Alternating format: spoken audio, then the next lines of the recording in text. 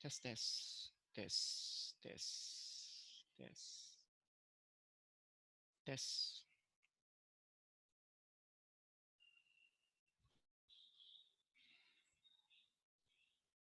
Tes. Assalamualaikum warahmatullahi wabarakatuh. Irfan dengar suara?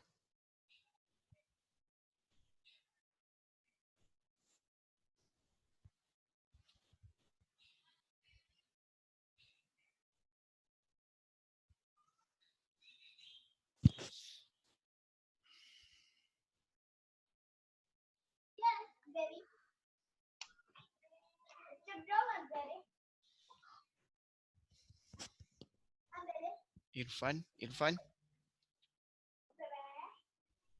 Dengar tak?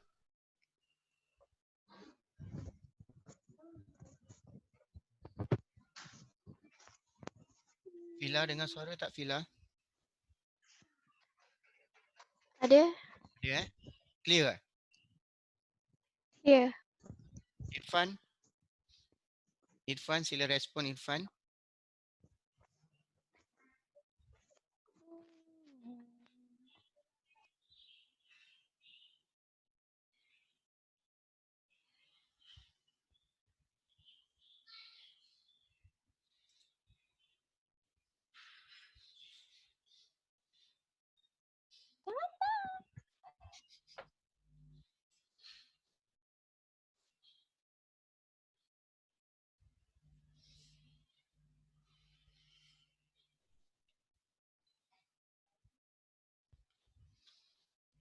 Alia, Alia. Alia mana ni?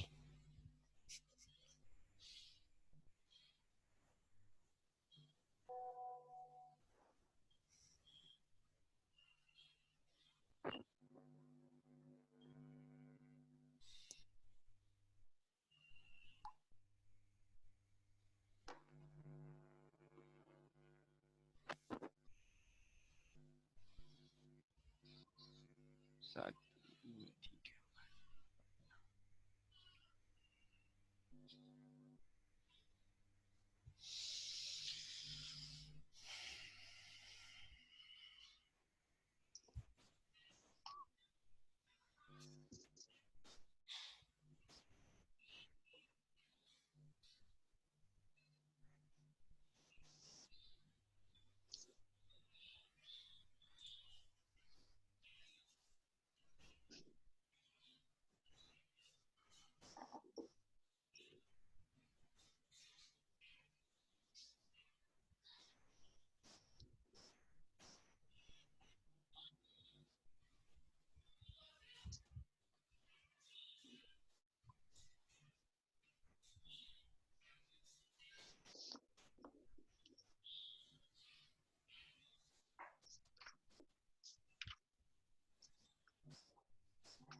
Alana.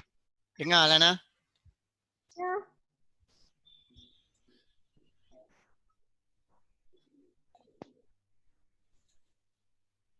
Ustaz sehat? Lama tak dengar soalan awak ni. Kalau tak ada ni tak ada lah. Alhamdulillah sihat. Awak sihat ke? Okey lah, window member. Kamu ni duduk dalam gua ni, tak ada video Insecure. Kamu duduk dalam gua ni.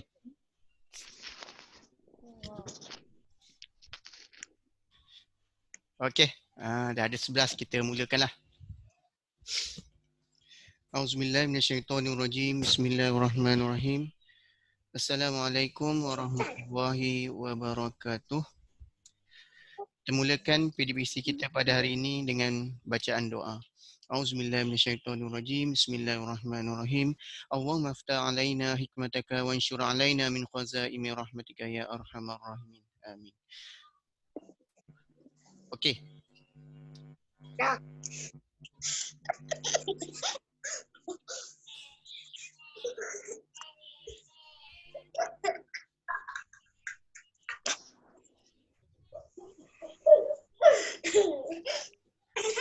Semua dapat paparan skrin ni?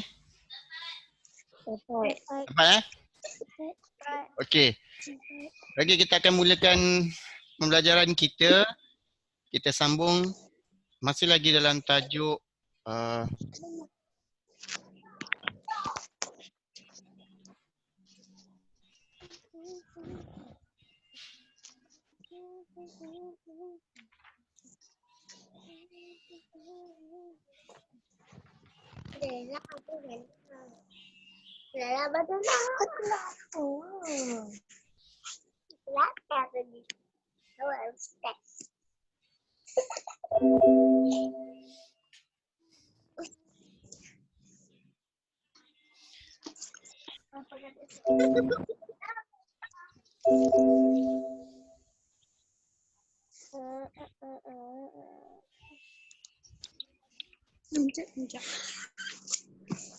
okey kita recap balik apa yang kita telah belajar. Okey, jemput masuk Nur Adrian Alkis.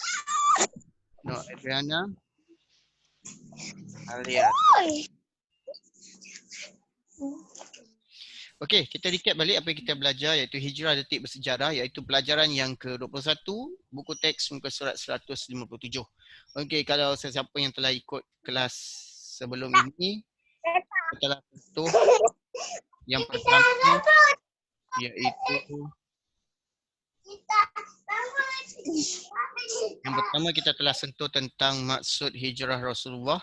Okey, maksud dari segi bahasa itu dia seperti yang dipaparkan. Kemudian maksud dari segi istilah perpindahan Rasulullah dan umat Islam daripada Mekah ke Madinah atau Yasrib. Sekali lagi saya ulang, Yasrib adalah nama lama bagi Madinah. Sekarang bandar Yasrib ini telah lebih dikenali sebagai Madinah. Dulu namanya ialah Yasrib. Peristiwa hijrah ini berlaku pada tahun ke-13 kerasulan. Okey. Kemudian kita telah bincang tentang peristiwa hijrah Rasulullah. Okay, bagaimana peristiwa hijrah Rasulullah berlaku? Yang pertama sekali, key point dia ialah penghijrahan berlaku secara beransur-ansur. Bukan semua orang bergerak dalam masa pertama, ia bergerak secara beransur-ansur. Okey, semua bergerak secara rahsia, beransur-ansur secara rahsia melainkan Sayyidina Umar Al-Khattab. Sayyidina Umar Al-Khattab saja yang isytiharkan dia nak berhijrah dan mencabar sesiapa yang berani menghalangnya. Dan tidak ada sesiapa pun yang menghalang Umar Al-Khattab hijrah daripada Mekah ke Madinah. Okey, setelah hampir 2 tahun para sahabat beransur-ansur berpindah ke Madinah, kemudian tiba giliran Rasulullah untuk berhijrah. Okey, setelah mendapat isyarat daripada Allah. Okey, yang ini kita telah bincangkan. Kemudian kita bincang juga tentang faktor yang mendorong hijrah. Okey, boleh dibagikan kepada 4 faktor. Yang pertama, faktor dia adalah diisyaratkan dalam surah Al-Anfal, okey, ayat ke-30, boleh rujuk buku teks ke surat 158. Faktor yang pertama ialah isyarat daripada Allah. Okey, untuk kotak ini isyarat daripada Allah. Isyarat ini turun dalam bentuk wahyu dalam surah Al-Anfal ayat 30. Okey, menyeru supaya Nabi Muhammad berhijrah dari Mekah ke Madinah. Okay, isyarat Allah. Yang kedua, untuk memelihara akidah. Okey, memelihara akidah di mana umat Islam mengorbankan tanah air dan harta mereka demi menyelamatkan akidah tauhid yang berharga. Faktor yang ketiga, penentangan musyrikin Quraisy semakin kuat. Musyrikin Mekah melakukan pelbagai penentangan termasuklah penyiksaan terhadap umat Islam dan juga pelawaan penduduk Yasrib. Okey. Maksudnya invitation daripada penduduk Madinah itu sendiri. Sekumpulan penduduk Yasrib mempelawai Rasulullah menjadi pemimpin mereka di Yasrib. Okey. Seperti mana yang kita telah bincang pada kelas yang lepas, okey, sekumpulan penduduk Madinah telah mengadakan perjanjian, okey, bai'ah, sumpah setia, iaitu dia yang dikenali sebagai Bai'atul Aqabah yang pertama dan juga Bai'atul Aqabah yang kedua. Okey, Bai'atul Aqabah yang pertama ini dia punya janji-janji yang dibuat, okey, oleh penduduk Yasrib kepada Nabi Muhammad. Okey. Kemudian pada Bai'ah Aqabah yang kedua ada satu saja perjanjian, lanjutan daripada Bai'ah Aqabah yang pertama tadi. Tambah satu lagi janji dalam Bai'ah Aqabah yang kedua iaitu untuk melindungi dan mempertahankan Rasulullah. Sama seperti mana melindungi keluarga sendiri. Okey. Okey, setakat tu ada soalan? Tadi. Tak ada. Okey. Ada 14 orang. Okay, ada soalan? Tak ada Okey, tak ada. Saya boleh teruskan.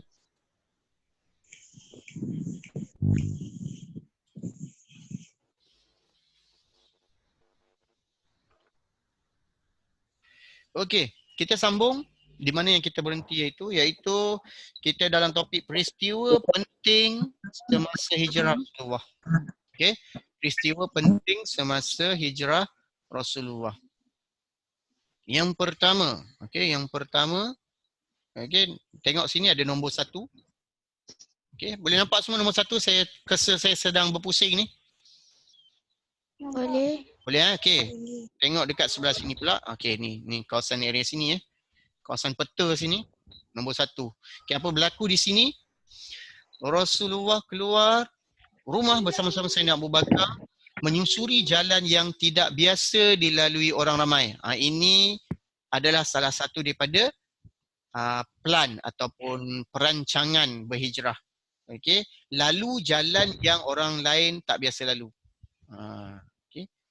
Rasulullah keluar bersama dengan Sayyidina Abu Bakar. Okay, sahabat baginda yang paling rapat Sayyidina Abu Bakar. Guna jalan yang tak biasa dilalui oleh orang ramai. Okey, kemudian Abdullah. Abdullah ini ialah anak kepada Sayyidina Abu Bakar. Dia pula fungsi dia apa? Bertugas meninjau situasi di Mekah. Dia jadi informer. Dia jadi informer kepada Sayyidina Abu Bakar dan juga kepada Rasulullah. Kemudian Asma, puteri kepada Sayyidina Abu Bakar, bertugas menyediakan bekalan. Sediakan bekalan makanan lah. Dan seorang lagi individu iaitu Amir bin Fuhairah, hamba kepada Sayyidina Abu Bakar, menyediakan kambing untuk susu dan menghilangkan kesan jejak kaki Rasulullah. Okey, dalam poin yang pertama ni kita lihat beberapa orang individu yang membantu Rasulullah yang terdiri daripada ahli keluarga Sayyidina Abu Bakar. Maksudnya besar sungguh jasa Sayyidina Abu Bakar dalam peristiwa hijrah ini, di mana Sayyidina Abu Bakar sendiri menemani Rasulullah. Anak lelaki Sayyidina Abu Bakar pula menjadi informer kepada Rasulullah ketika peristiwa mereka nak hijrah. Anak perempuan pula Sayyidina Abu Bakar pula menyediakan bekalan makanan. Kemudian hamba pada Sayyidina Abu Bakar sediakan kambing, kambing yang boleh menghasilkan susu dan juga dia menghilangkan kesan jejak kaki Rasulullah. Ini antara peristiwa penting ketika Rasulullah nak mula berhijrah. Kemudian Rasulullah bergerak dan sampai ke sini. Dipanggil Gua Sur. Dipanggil Gua Sur. Di sini Rasulullah bermalam selama 3 hari. Mengikut catatan sirah, bermalam selama 3 hari. Dalam Gua Sur. Di sini famous lah cerita di mana ketika ini orang kafir Quraisy yang hendak membunuh Nabi Muhammad, dia telah mengarahkan semua orang untuk pergi mencari Rasulullah dan mereka tawarkanlah dengan ganjaran 100 ekor unta jika dapat menangkap atau membunuh Rasulullah. Lalu Rasulullah berhenti di Gua Sur ini. Gua Sur ini lebih kurang dalam 4 km daripada Mekah. 4 km daripada Mekah. Rasulullah bermalam di Gua Sur. Di sinilah yang peristiwa bagaimana ketika mana orang kafir Quraisy mereka telah sampai di Gua Sur, mereka mendengar bunyi cicak bising, jadi mereka dapat satu petunjuk yang ada orang dalam Gua Sur ni. Tapi dengan takdir Allah, apabila ada yang pergi menjenguk di pintu masuk Gua Sur tu, mereka dapati ada sarang labah-labah. Sarang labah-labah yang menutupi keseluruhan pintu masuk tersebut. Lalu mereka mengandaikan bahawasanya di dalam Gua Sur itu tadi tidak ada sesiapa yang menginap. Kerana apa? Kerana ada di antara mereka memberitahu yang sarang labah-labah itu telah wujud sebelum daripada Nabi Muhammad lahir lagi. Itu sebab mereka tak suspek Nabi Muhammad ada dalam Gua Sur. Okey. Sebenarnya labah-labah dengan perintah Allah telah buat sarang kat situ. Okey. Setelah 3 hari digusur, mereka menuju ke Madinah bersama Abdullah bin Uraikid. Nama Abdullah bin Uraikid. Dia ni seorang musyrik. Musyrik ni apa? Orang yang mensyirikkan Allah. Orang kafir lah.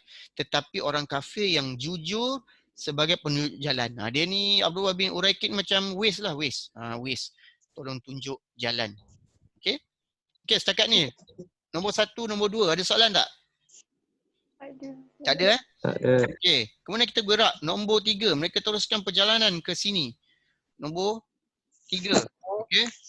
Rasulullah tiba di Quba dan tinggal beberapa hari di sana serta telah membina sebuah masjid. Okey, di sini. Pada 8 Rabiul Awal. Perjalanan bermula 27 Safar. Okey, kemudian tiba di sini, gusur, bermalam 3 hari, teruskan perjalanan, okey, dan tiba di Quba dan tinggal beberapa hari di sana dan membina sebuah masjid. Okey, dia bina masjid ikut teknologi sana lah, bukannya ada batu-batu macam kita, simen apa semua ni. Okey, dia menggunakan pelepah tamar, pasir-pasir, itu saja yang diguna untuk bina masjid Quba waktu itulah. Sekarang kalau kamu pergi masjid Quba, tak seperti mana yang Rasulullah bina dahululah. Okey. Ketiga, Rasulullah tiba di Quba dan tinggal beberapa hari di sana serta telah membina sebuah masjid. Kemudian yang keempat, akhirnya Rasulullah selamat tiba di Yasrib, disambut dengan gembira dan penduduk sana berebut-rebut menarik tali unta tunggangan Rasulullah dengan harapan baginda akan menetap di rumah mereka. Lalu Rasulullah apabila melihat keadaan ini, Rasulullah biarkan untanya sendiri yang menentukan dekat mana nak memalam, dan dengan akhirnya unta Rasulullah dia berhenti di salah sebuah rumah penduduk Madinah yang bernama Abu Ayyub Al-Ansari yang juga merupakan seorang sahabat Nabi yang mulia. Akhirnya Rasulullah berhenti bermalam di rumah Abu Ayyub Al-Ansari. Ramai orang tarik nak suruh offer tinggal bermalam dia sebab Rasulullah meninggalkan Mekah, dia tak bawa apa-apa dia tak fikir pun tempat tinggal, nak duduk mana apa semua. Okey, hanya bertawakal kepada Allah. Bila sampai tengok pertolongan Allah datang, ramai orang nak offer tempat tinggal, tetapi akhirnya Rasulullah decide untuk tengok unta Rasulullah ni berhenti kat rumah mana. Akhirnya berhenti kat rumah Abu Ayyub Al-Ansari. Dan Abu Ayyub Al-Ansari ketika itu dia menyediakan makanan untuk 2 orang saja, Rasulullah dan Abu Bakar. Tetapi Rasulullah dia pergi jemput. Okey. Ratusan orang datang untuk makan sekali bersama diorang. Akhirnya dengan mukjizat Rasulullah, makanan yang secara logiknya untuk 2 orang berjaya mengenyangkan hampir 180 orang tetamu yang hadir untuk makan bersama Rasulullah dan Sayyidina Abu Bakar. Itu salah satu daripada mukjizat Rasulullah, perkara luar biasa yang menyalahi adat logik akal, yang tidak boleh ditentang, dilawan, ditiru. Okey, yang dikurniakan oleh Allah kepada para nabi dan rasul sebagai bukti kenabian. Okey, itu dia secara ringkas perjalanan hijrah Rasulullah daripada Mekah ke Madinah. Okey, siapa tahu berapa hari perjalanan ni ambil masa? Boleh sesiapa respon? Berapa hari? Alana, berapa hari Alana? Tak tahu. Tak tahu. Alia Akila.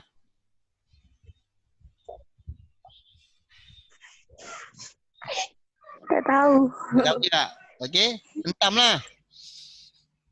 2 minggu. 2 minggu. Okey. Okey, perjalanan hijrah Rasulullah mengambil masa sekitar 8 hari 8-9 hari lebih kurang. Okey. Dengan jarak perjalanan dia adalah 320 kilometer. Okey, bayangkan 320 kilometer. Okey, dengan teknologi tak ada apa, hanya berjalan kaki. Okey, nanti adalah masa-masa dia Rasulullah naik unta, tapi waktu mereka bergerak berjalan kaki sejauh 320 km. Perjalanan mengambil masa sekitar 8 hari baru sampai daripada Mekah ke Madinah. Okey, itu sedikit info tambahan lah. Okey, ada soalan?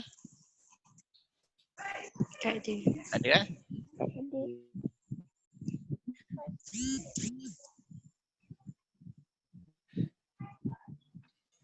Okey, ini ringkasan sekali lagi daripada peristiwa hijrah Nabi SAW. Salawat dan salam ke atas junjungan baginda. 27 Safar, lokasi Mekah, Nabi keluar dari rumah baginda. Okey, ketika ini rumah baginda telah dikepung oleh pemuda-pemuda yang telah ditugaskan, yang datang daripada pelbagai kabilah, datang untuk bunuh Nabi. Dia dah kepung dah. Tapi dengan izin Allah, mereka ini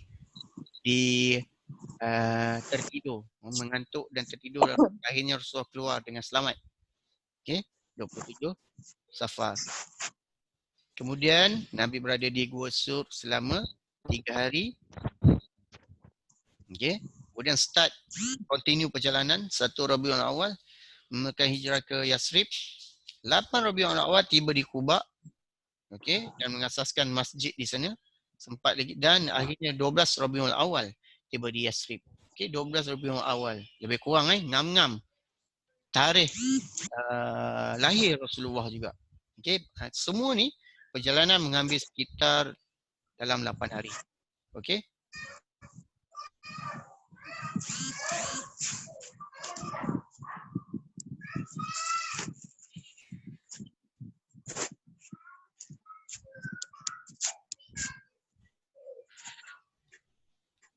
طلعت بدر علينا من ثنيات الوداع وجب الشكر علينا ما دعا لله داع. Okey. Dengar tak tadi nasyid tu? Dengar. Okey. Dengar. Rasulullah sampai, orang tersebut nak tarik unta tunggangan Rasulullah supaya bermalam ke rumah mereka. Rasulullah juga telah disambut dengan paluan paluan kompang, paluan alat-alat muzik dan juga nasyid seperti mana yang kamu dengar tadi. So daripada sinilah ulama mengambil hujah yang dibenarkan hiburan yang dibenarkan dalam Islam, contohnya macam nasyid ataupun lagu-lagu yang dinyanyikan untuk memuji Allah, memuji Rasulullah. Dari sinilah bermula nasyid pertama sekali ialah ketika Rasulullah disambut ini. Okey. Dan Rasulullah tidak tidak mengatakan ataupun menghalang perbuatan penduduk Madinah yang menyambut baginda dengan bunyi-bunyian dan juga nasyid tersebut. Okey, apa kesan daripada peristiwa hijrah Rasulullah ini? Kesan dia dapat dilihat daripada 4 aspek. Okey. Dari segi politik, dari segi ekonomi, dari segi sosial dan dari segi agama. Okey, kesan hijrah ni. Kesan pindahnya Rasulullah daripada Mekah ke Madinah. Okey.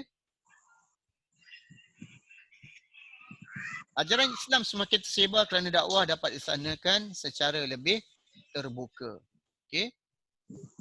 Okey, kita tengok. Kalau dari segi agama, pentingnya hijrah ni diberikan kesan baik pada agama, kesan positif pada agama. Apa kesan dia? Ajaran Islam tersebar luas. Okey, sebelum ini ajaran Islam hanya dalam Mekah saja. Bila pergi ke Madinah, ajaran Islam tersebar juga Mekah dan juga Madinah. Okey, Islam semakin tersebar kerana dakwah dapat dilaksanakan secara lebih terbuka. Kemudian di segi sosial, kehidupan masyarakat Madinah berubah pada sistem yang lebih baik dari segi akidah, yakni kepercayaan, syariat. Syariat ini perlembagaan dan akhlak dari segi tingkah laku. Kemudian dari segi politik. Politik ni maksudnya dari segi pentadbiran. Tertegaknya negara Islam pertama yang berdaulat di bawah pimpinan Rasulullah SAW. Okay. Negara Islam pertama, kerajaan Islam pertama ialah bermula di Madinah. Okay. Kemudian dari segi ekonomi, kedudukan ekonomi Islam semakin kukuh melalui sistem ekonomi Islam yang dilaksanakan. Tidak seperti di Madinah, tidak seperti di Mekah apabila umat Islam ketika itu telah dipulaukan, terutamanya dari segi ekonomi, tak ada siapa nak berjual beli dengan orang Islam ketika itu. Tapi bila berpindah ke Madinah, kedudukan ekonomi semakin kukuh melalui sistem ekonomi Islam yang telah dilaksanakan. Okey, itu kesan daripada peristiwa hijrah Rasulullah. Okey. Kemudian kita beralih kepada subtopik yang seterusnya, iktibar. Iktibar ini pengajaran. Apa pengajaran daripada peristiwa hijrah Rasulullah sallallahu alaihi wasallam ke Madinah? Okey. Pengajaran dia, umat Islam perlulah ataupun kita hendaklah pengajaran dia yang pertama, bijak membuat perancangan dan menyusun strategi. Di dalam kehidupan kita, apabila kita nak ambil iktibar daripada peristiwa hijrah Nabi, apa pun yang dalam kehidupan kita, apa pun yang kita nak buat, kita kena bijak membuat perancangan. Sebagaimana bijaknya Rasulullah membuat perancangan hijrah, begitu juga kita kena kaitkan dalam kehidupan kita bagaimana kita kena bijak buat perancangan. Contohnya dalam situasi yang kita sedang hadapi sekarang, kita dalam perintah kawalan pergerakan, kita tak boleh pergi ke mana-mana, okey, terhad, nak keluar pun hanya urusan tertentu saja, beli makanan, kan? So, kamu yang sedang dalam pelajar ni, yang ada di rumah ni, apa yang perancangan kamu supaya kamu tidak ketinggalan dalam pembelajaran. Itu yang kamu kena buat. Okay, jangan biarkan kita dah nak hampir cuti nak dekat sebulan ini, okay, kamu tak belajar apa-apa. Sebab kamu perlu ambil inisiatif. Guru-guru juga walaupun tidak datang ke sekolah, dia perlu juga sampaikan ilmu dia melalui medium-medium yang dia dapatlah, seperti WhatsApp dan juga Zoom yang kita buat pada hari ini. Okey, yang kedua, apa lagi iktibar daripada hijrah? Sentiasa bersikap optimis. Optimis ni keyakinan kita boleh berjaya. Okey, satu sifat yang positif yang perlu ada pada diri kita. Seterusnya, iktibar dia adalah mencari teman yang soleh dan baik. Okey, dari sini kita dapat tengok dekat mana peristiwa hijrah, bagaimana Sayyidina Abu Bakar, seorang teman, BFF, best friend forever kan, yang soleh dan baik. Dalam kehidupan kita juga kita kena cari teman, kita kena cari sahabat, kita kena cari kawan. Okey, kawan yang macam mana?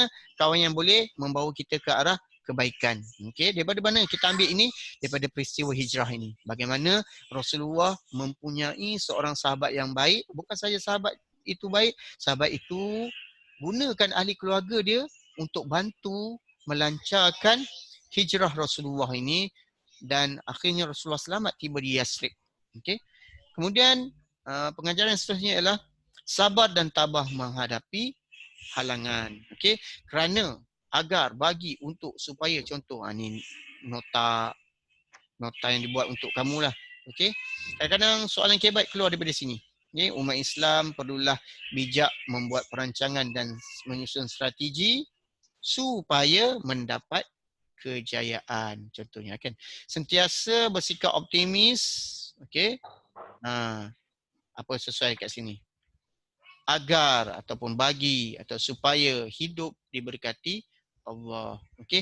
Dekat sini sebenarnya nota ini dibuat untuk memudahkan kamu sekiranya ada soalan kebat yang bertanya kan, daripada peristiwa hijrah Nabi, jelaskan satu iktibar yang kamu boleh pergi sebagai seorang pelajar.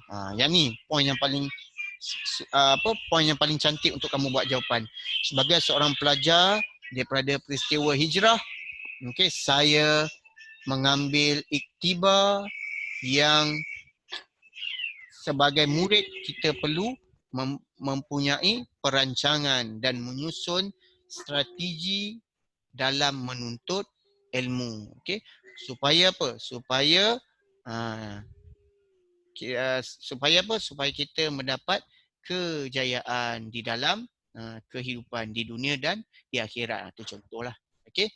Okey, itu iktibar daripada peristiwa hijrah. Ada 1 2 3 4. Okey. Okey, ada soalan? Tak ada. Okey. Tak ada. Oh, tambahan. Okey, hijrah juga bermaksud perubahan kepada yang lebih baik. Okey, hijrah juga bermaksud perubahan kepada yang lebih baik. Yang ni muka surat awal-awal dalam buku teks tu dia sebut. Okey. Bagaimanakah anda dapat merealisasikan pernyataan di atas dalam kehidupan? Ni soalan kebat ni. Hijrah bermaksud perubahan kepada yang lebih baik. Soalan dia, bagaimanakah anda dapat merealisasikan pernyataan di atas dalam kehidupan? Ni soalan kebat ni. Okey. Nanti kamu boleh jawab ni. Okey, jawab ini dalam buku 2. Okey? Soalan ni. Boleh screenshot sekarang. Tak tahu soalan ni saya rasa tak dalam buku teks ni.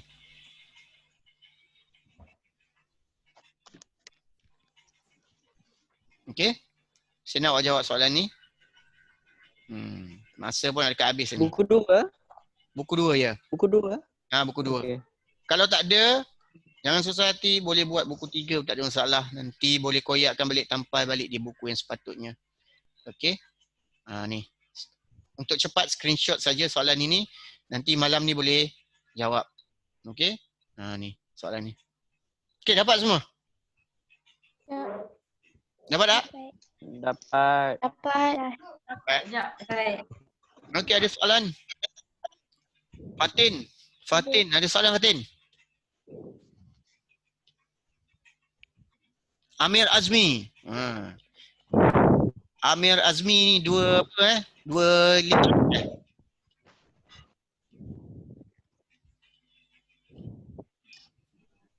Faradiba.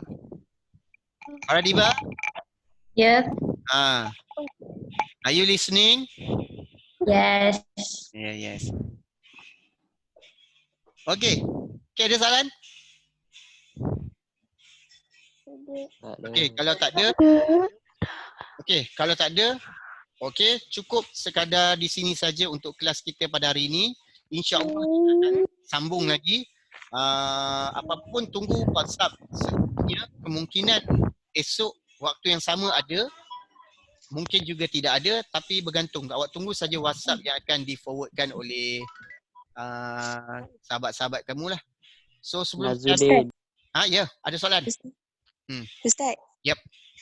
Yang macam yang tak masuk dalam call ni boleh bagi kat dia orang ke homework ni? Boleh. Awak screenshot je cakap ustaz suruh buat. Aha.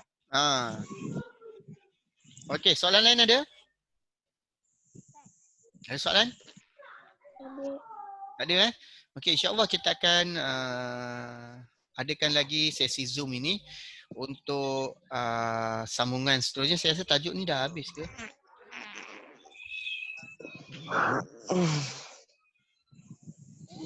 Sekian. Sekian dah. Okey. Terima kasih. Gracias. Okey, ada soalan? Tak ada. Tak ada Tak ada. Tak ada.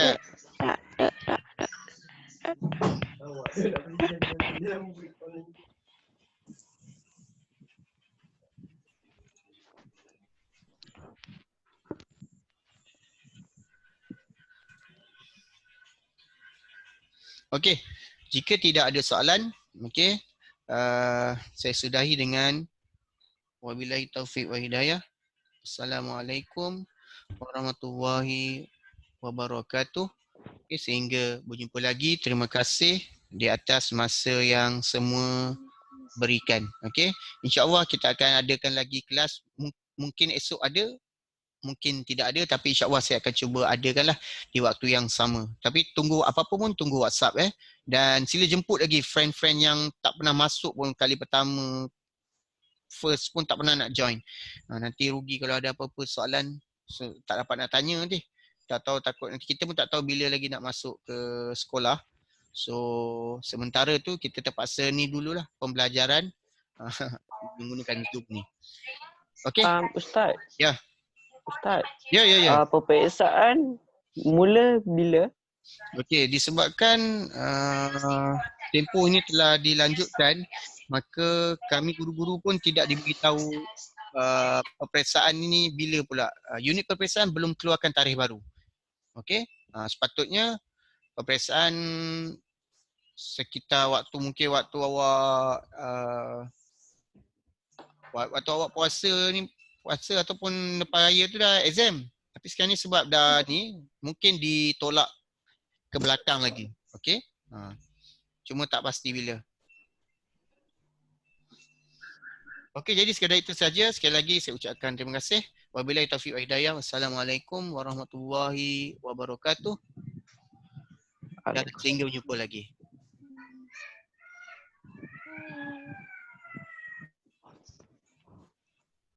End meeting.